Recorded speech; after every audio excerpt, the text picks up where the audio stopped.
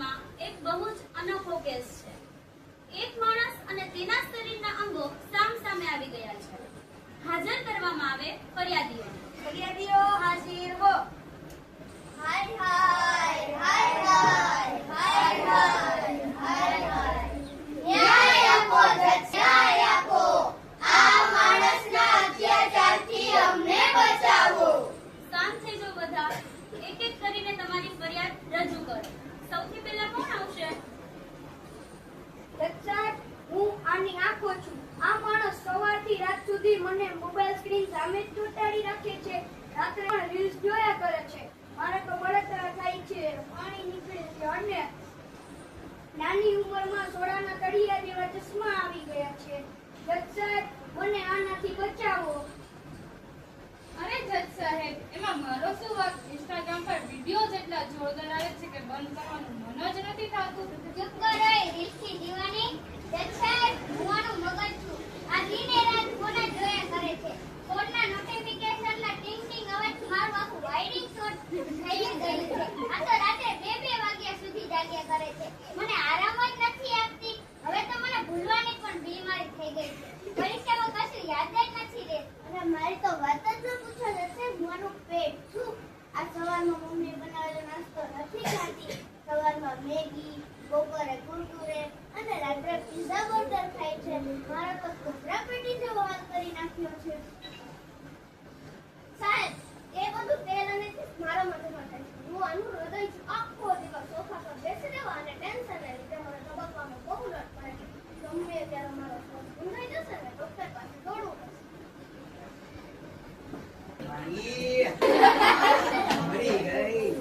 અરે જજ સાહેબ, હું આની કરોડરજ્જુ એટલે કમર છું. આ સ્કૂલનું ભારે બેગ મારા ઉપર લાદી દે છે અને જ્યારે બેસે છે ત્યારે અજગર પડી ગયો એની જેમ વાગી ચૂકી બેસે છે. હજી તો આ નિશાળમાં ભણે છે, પણ મને અત્યારથી જ લાગે છે કે 80 વર્ષની ડોસીની જેમ વાર્કી કરી નાખશે. હાય રામ. Order order. ફરિયાદીઓની દલીલો અને પુરાવા જોયા બાદ આ અદાલત આરોપી માણસને સખત દોષિત જાહેર કરે છે. આ માણસે પોતાના શરીરને હોસ્પિટલનું ઘર બનાવી દીધેલું છે. તેથી અદાલત આને સજાના ભાગરૂપે આજીવન યોગાની સજા ફટકાર. ના સાહેબ ના, મને જેલ મોકલી દો. આ સવારે વહેલા ઉઠીને યોગા કરવાનું ના કહો સાહેબ. ચૂપ કર. યોગા કોઈ સજા નથી, તારા શરીર માટે વરદાન છે. હાજર કરવામાં આવે યોગા પોલીસ. યોગા પોલીસ હાજર હો.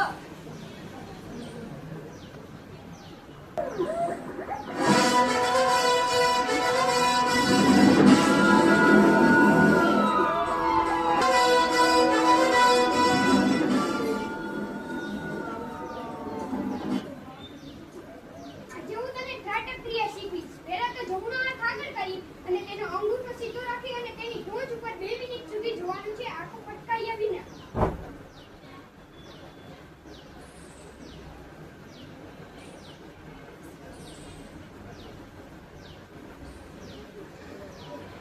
ચાલ, હવે તું કર.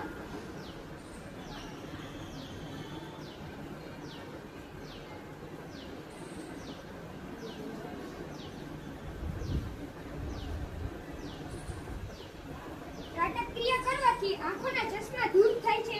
મોબાઈલ અને સ્ક્રીન જોવાથી આપણી આંખોમાં દુખાવો અને બળતરા થાય છે તે પણ દૂર કરે છે અને આપણી આંખોની એકાગ્રતા પણ વધારે છે અને એકાગ્રતા વધારે છે. ચાલ હું તને ભ્રામરી આસન શીખવું. સૌપ્રથમ સીધું ટટા બેસી બંને હાથોના અંગૂઠા કાન પાસે રાખી મારી જેમ કરો. હવે આ થાય પછી છોડ.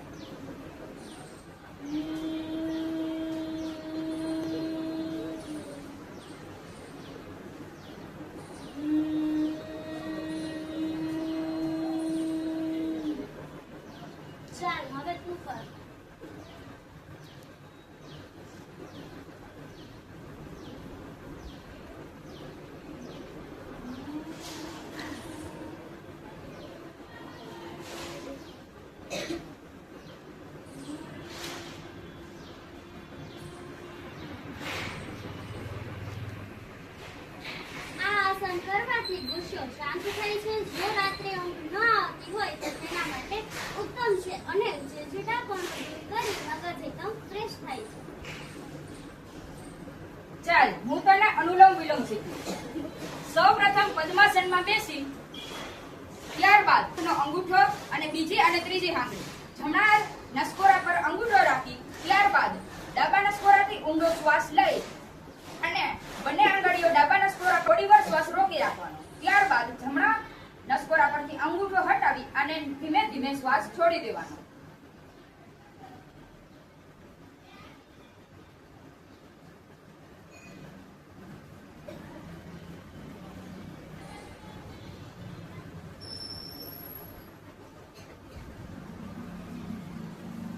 ચાલ હવે તું કર.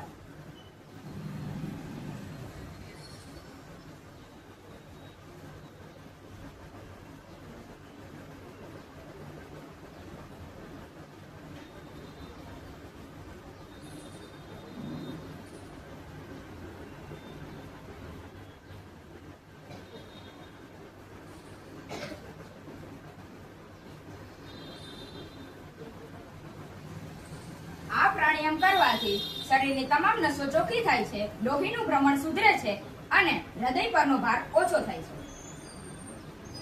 હું તને તાળાસન આસન શીખવાડીશ. મને આકાશ તરફ રાખીને પગ ઉપર બેલેન્સ કરું.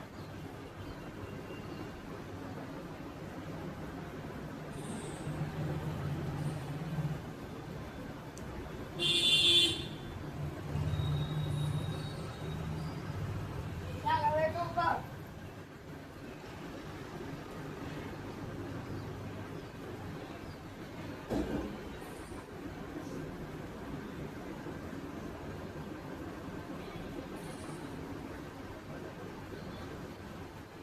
તાળાસન આસન કરોડરજ્જુ માટે હોય છે. તાળાસન આસન આપણે કરોડરજ્જુ સીધી કરવા માટે હોય છે. તાળાસન આસન કરવાથી આપણી હાઈટ એકદમ વધે છે. વાહ જજ સાહેબ વાહ, મારી કમર તો સીધી ચટાક થઈ ગઈ. હવે મારે લાકડીની જરૂર નથી. મારી બળતરા પણ એકદમ ગાયબ થઈ ગઈ અને છે મારું મન પણ એકદમ ફ્રેશ થઈ ગયું. હા મને પણ થોડો હળવું થાય છે. સાહેબ આ સજા આપવા માટે તમારો ખૂબ ખૂબ આભાર. હવે મને સમજાઈ ગયું છે જો શરીર સાથ આપશે તો જ જીવન જીવવામાં મજા આવશે. હવેથી હું રોજ સવારે મોબાઈલ સાઈડમાં મૂકી અડધો કલાક યોગા ચોક્કસ કરીશ.